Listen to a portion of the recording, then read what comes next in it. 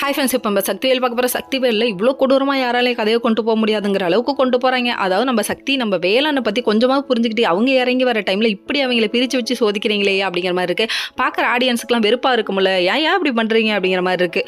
சரி, இதெல்லாம் ஒரு பக்கம் இருந்தாலும் இந்த கேஸ்லேருந்து எப்போ தான் மீண்டு வர போகிறாங்கன்னு தெரியல.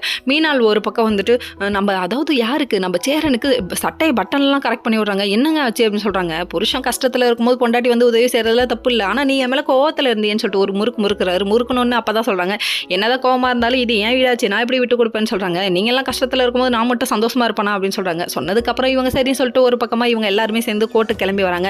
மீனால எவ்வளவோ அவாய்ட் பண்ண இவங்க நினச்சாலும் முடியலைங்க. இன்னொரு பக்கம் சிக்கல் சிவபதி மறுபடியும் கால் பண்ணி அந்த கவர்மெண்ட் வக்கீலுக்கு அவங்க வந்துட்டு அதான் அமௌண்ட் கொடுத்து செட்டில் பண்ணுறாங்க. நீங்கள் எப்படியாவது இந்த குடும்பத்தை, அதாவது அந்த குடும்பத்தை நார் அடிக்கணும்னு நினைக்கிறாங்க. அது உன் குடும்பம்னு ஏன்ப்பா மறந்து போய்டுற அப்படிங்கிற மாதிரி தான் இருக்குது. உன்னோட அரசியல் ஆசைக்காக நீ எல்லாரையும் பலிகாடாக்குறீ அப்படிங்கிற மாதிரி தான் இருக்குது.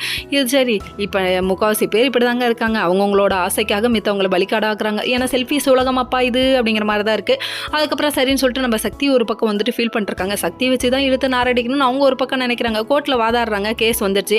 சரி, இந்த இடத்துல வந்துட்டு மீனாலும் நம்ம வேலனும் இருக்க வேணாம்னு சொல்லிட்டு இவங்க பிளான் பண்ணாங்க. நம்ம மீனாளுக்கு பசிக்கு தான், உடனே எந்த இடத்துல எதை கேட்போம் இல்லாமல் எனக்கும் பச்சிக்கும்ல அப்படிங்குது, சோறு தான் முக்கியம் அப்படிங்குது. சரி, ஒரு பக்கம் தங்கச்சி கூட்டு போய் சாப்பிட வச்சு கூட்டு வந்தா இவங்க வந்து கண்ணா பின்னான்னு கேள்வி கேட்குறாரு. எதுக்கு மெய்யநாதன் வந்து அந்த இடத்துக்கு போனாருன்னு வக்கீல் கேட்குறாரு. திருதன்னு முழிக்கிறாங்க.